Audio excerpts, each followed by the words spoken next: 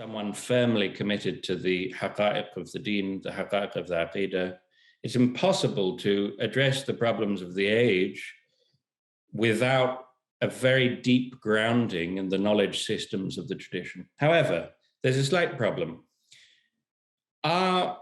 Is everyone who purports to be grounded in the knowledge systems of the tradition genuinely to be thus characterized? And I'm afraid the answer is categorically no.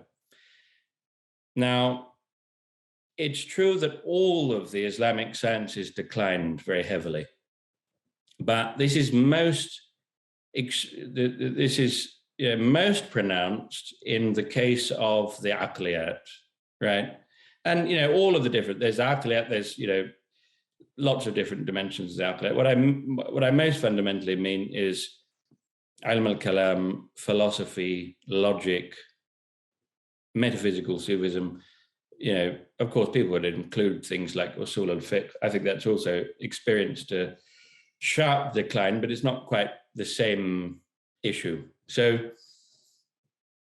this is a historically demonstrable fact. So just look at, let's say, Mughal India and Firangi Mahal, and then you have the Indian Mutiny. Look at Al-Azhar and the dispute between Abdurrahman al-Shirbini and Muhammad Abdu, and then the way that Muhammad Abdu by 1905 had managed to implement all of his reforms in the tradition so that, funnily enough, people start reading what were originally books for wonderful books, noble books, but books for little children, like the Kharida, as Kutub Darsiya in high-level education. And that's precisely what Muhammad Abdu wanted. He wanted to get rid of all of the higher-level metaphysical discourse.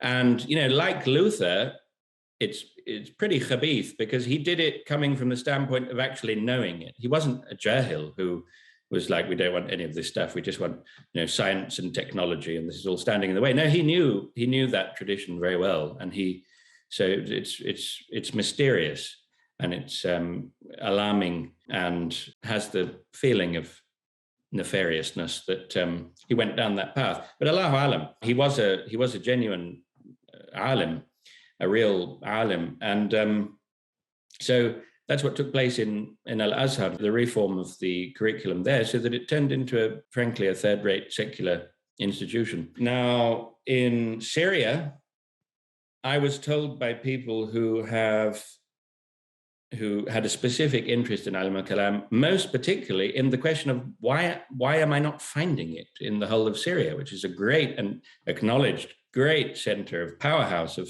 ilm and barakah. Why am I not finding? So he started to question some of the well-known ulama. What he found out in his research and after pursuing this masala is that in the days of the French occupation, meeting, and this is after the golden period of Mawlana Badruddin al-Hassani, who was a great imam in the ma'qul and the manqul, right? There were meetings that the ulama of Asham held in order to try to determine what on earth are we going to do. Everyone is now being forced to go into secular education. All of our institutions have lost their financial basis and their backing.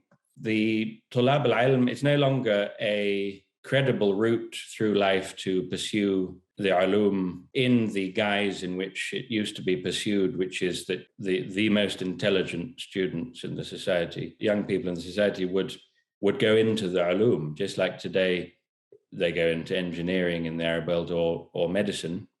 And now if you have a balid in the family, you send them off to Sharia. But it used to be quite the opposite. So that's no longer feasible. What are we going to do? Because their basic iman is going to be in great danger. And the explicit decision was taken to popularize the ulum, bring them into the masajid, right?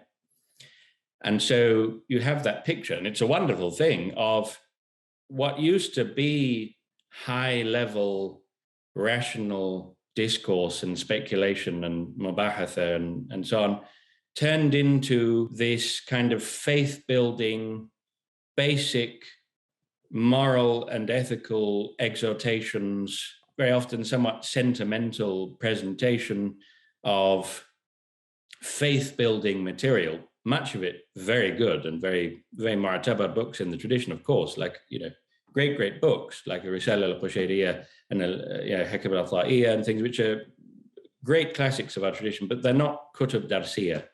And the perception arose that this is the ulum continuing on, right?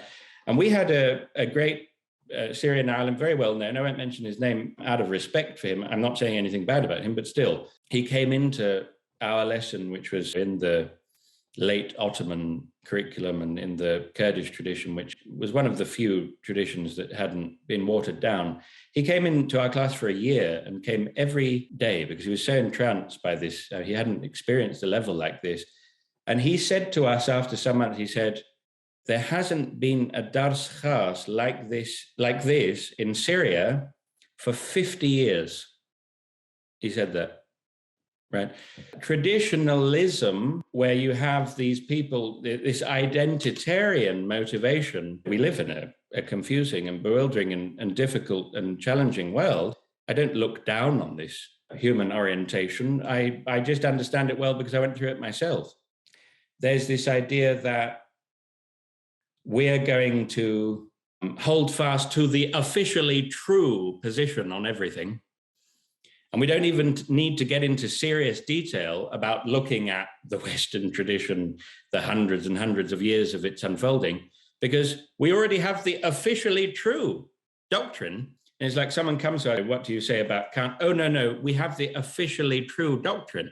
Kant is just simply wrong. See, if they go so far as to provide substantiation, it's, well, just see a few pages in Mustafa Sabri, radiallahu anhu, who had never read Kant, had no access to primary sources. He just read things in secondary literature and epitomes. And, the answer is always, how is knowledge possible given tension between abstract objects that need to be rooted in reality, but the experimental particular world gives no sign of them?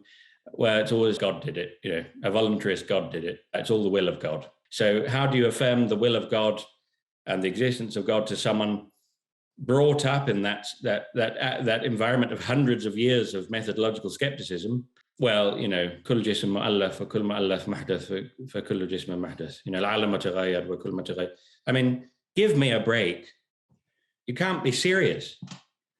It's not in any way to pour scorn on those attitudes, on those arguments, but it's the idea that you can simply blithely ignore the huge cultural and civilizational impetus that has given rise to this popular attitude of methodological skepticism, which is not obviously understood on a philosophical level, but has seeped into the average person's most fundamental assumptions across the world. Because what you're doing is you are closing yourself, you're shutting yourself into a corner of exactly the world religion's subculture bubble.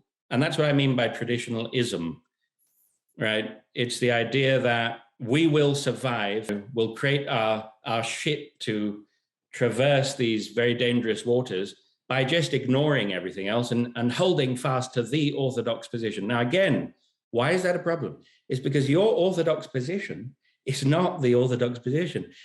I'll be frank, forgive me, it's because your so-called shuyukh didn't know our tradition.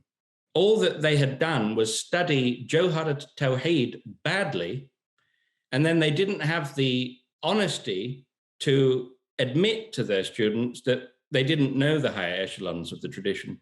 And so what you get is a somewhat paranoid 19th century simplistic orthodoxy, which completely ignores our entire tahqiq tradition and tells us that we have to be narrowly dogmatic about voluntarism, as if this has to be in fundamental opposition to any notion of philosophical ethics.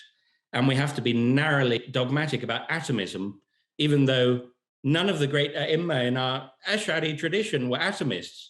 It's all antiquarianism, go, it's sola scriptura, sola, al-Baqilani, go back to the original source text and ignore everything else. It's a modernism. What we need today is philosophy, philosophical activity, philosophical arguments, right? Real nazar, not exegesis.